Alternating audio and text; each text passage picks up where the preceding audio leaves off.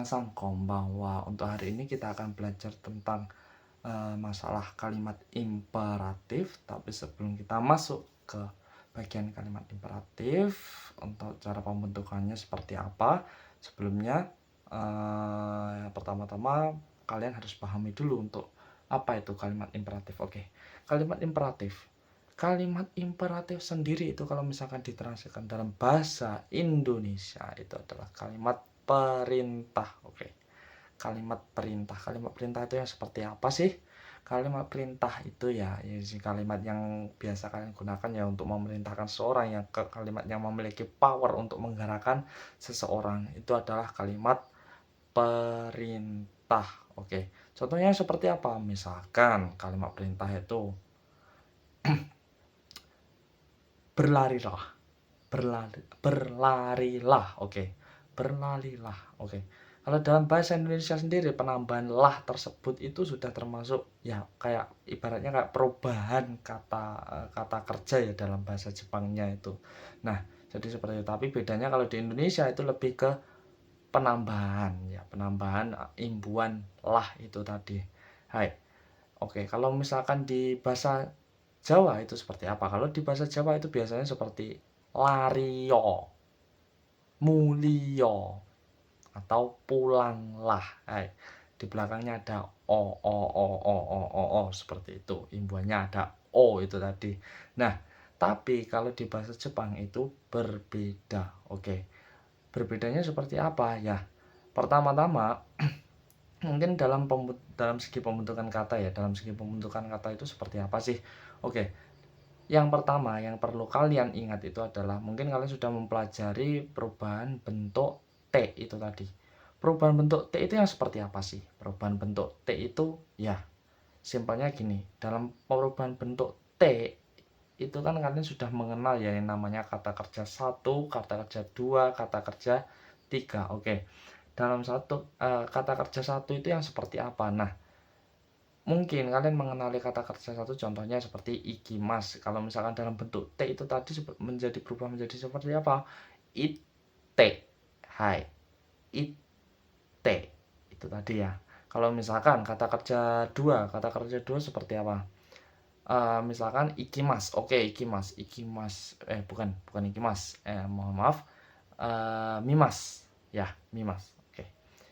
Mimas dari kata miru kalau misalkan dalam bentuk kamusnya itu, tapi kalau diubah menjadi bentuk T itu menjadi mite. Sedangkan ada juga kata kerja bentuk 3 yang itu mungkin aturannya di luar dari konteksnya kata kerja 1, kata kerja 2 itu tadi ya. Aturannya ada aturan sendiri. Ini biasanya paten ya rumusnya. Rumusnya itu biasanya paten. Yang pertama untuk kata rasimas menjadi site. Terus untuk kata kimas menjadi kite. Nah, kenapa kok saya untuk membahas yang itu? Karena ini krusial nanti untuk cara perubahan bentuk kalimat imperatif ini. Oke. Hai. Tapi sebelum itu silakan kalian lihat dulu contoh dari video yang saya bagikan berikut ini. 課長、おはようございます。あ、A 君か。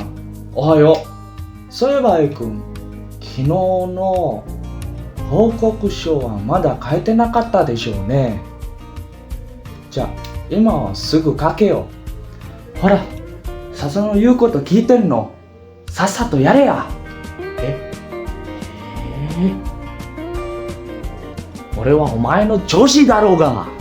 あいや。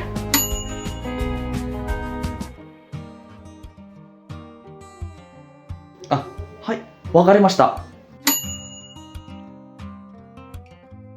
Hai, oke.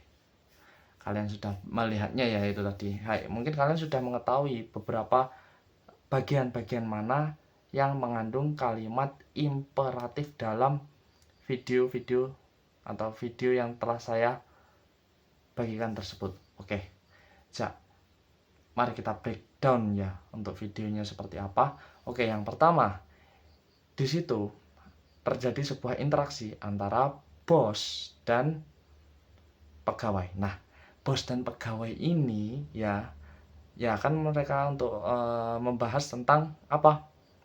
Membahas tentang masalah penulisan laporan. Oke, masalah penulisan laporan yang seperti apa sih? Penulisan laporan yang harusnya kemarin itu ditulis oleh si pegawai. Tapi sayangnya pada saat itu si pegawai itu tidak melaporkannya, atau mungkin tidak menulis laporannya. Akhirnya si bosnya itu tadi, bukan bos ya, lebih tepatnya kepala bagiannya itu tadi, akhirnya menyuruh untuk si pegawai ini untuk menulis laporannya dengan menggunakan kalimat apa? Hayaku kake yo. Hayaku kake yo. Oke. Di situ terus pegawai di situ menjawab. Nah, harusnya dia di situ itu ya, yang namanya pegawai kan harusnya kan biasanya iya iya aja. Tapi karena pegawai ini agak gimana gitu, dia melemparkan pekerjaannya ke orang yang tidak dia kenal, yang lewat tepat di sebelah dirinya. Oke, karena dia tidak tahu siapa yang ada di sebelahnya, ya dia syukur melempar aja ya, asal melempar aja ya, itu akhirnya dia lempar ke orang itu, dan ternyata plot twistnya adalah orang itu adalah saconya. Oke, karena dia adalah saconya, terus saconya bilang, orega omae no joshi daro ga. Joshi itu atasan. Oke, aku adalah atasanmu loh. Ibaratnya kalau misalnya di bahasa Jawa itu seperti aku ini loh lah atasanmu gitu. Nah, akhirnya dia kena keplak, dia kena tampar di kepalanya. Oke.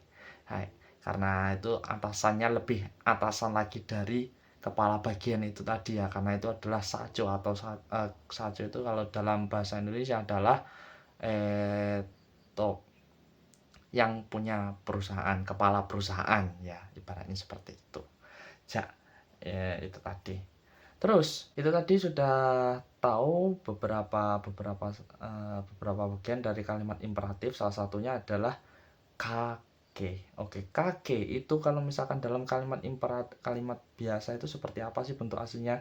Bentuknya kake kalau kalimat biasa itu adalah kakimas atau tulis ya, tulis di situ. Dan kakimas sendiri itu termasuk kata kerja bentuk satu. Oke, kita kata kerja bentuk satu ya. Ini pertama saya jelaskan masalah kata kerja bentuk satu ya. Kata kerja bentuk satu ya, simpelnya kalau kalian menulis kaki mas, nah di situ ada kaki. Kalau misalkan dalam kanji itu ada bagian yang keluarnya itu kan hurufnya biasanya. Kalau misalkan kaki mas berarti k-nya itu di kanji, ki-nya itu yang keluar, yang paling akhir sendiri hurufnya. Nah, di situ ki-nya itu kalian ubah aja vokal i-nya menjadi vokal e. Oke. Kalian ubah vokal i-nya menjadi vokal e. Ini berlaku untuk semua kata kerja bentuk satu. Simpel ya. Misalnya kakimas menjadi kake.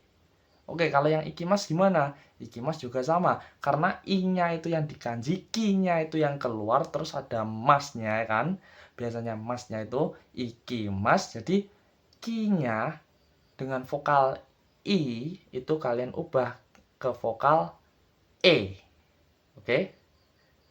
Kalian ubah ke vokal e. Nah, jadi seperti apa? Ike.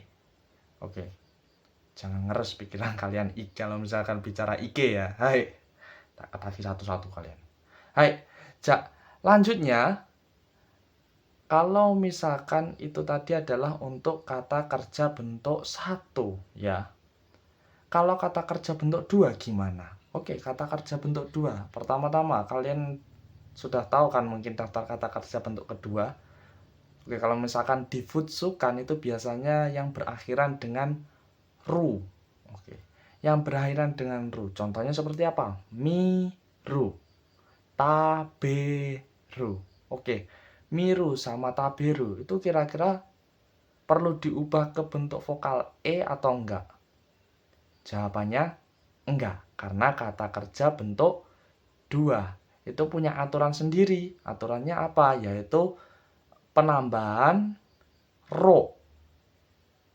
Ya, penambahan ro atau mengganti masnya dengan ro.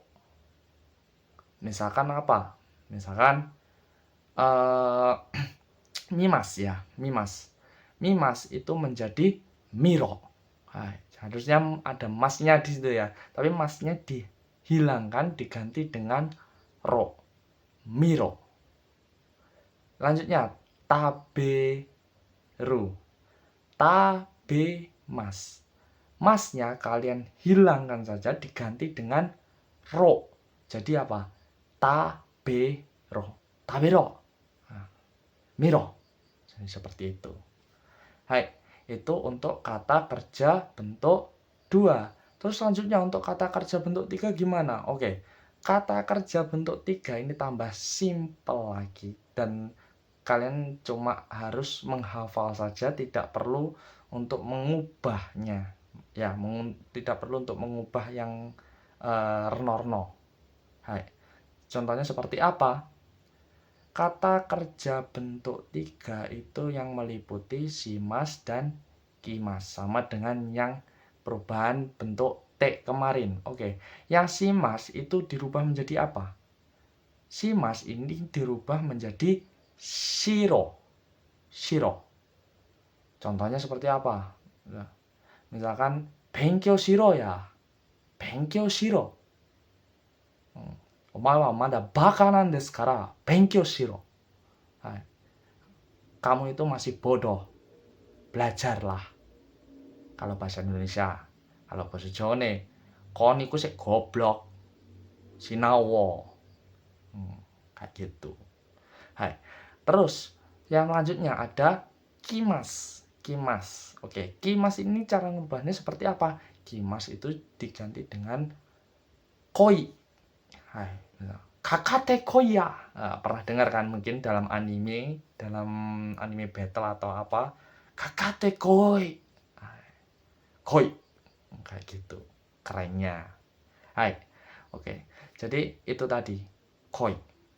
Nah, kata kerja bentuk 1 sudah, kata kerja bentuk 2 sudah, kata kerja bentuk 3 sudah.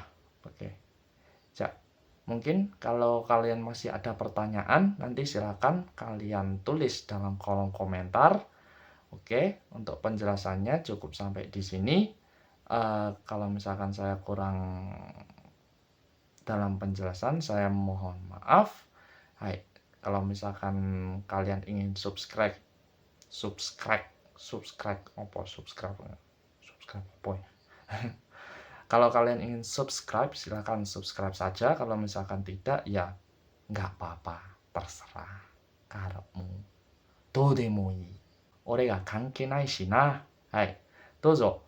Silakan subscribe. Kalau subscribe, kalau enggak, ya terserah karepmu. Aku nggak peduli. Oke? Ciao.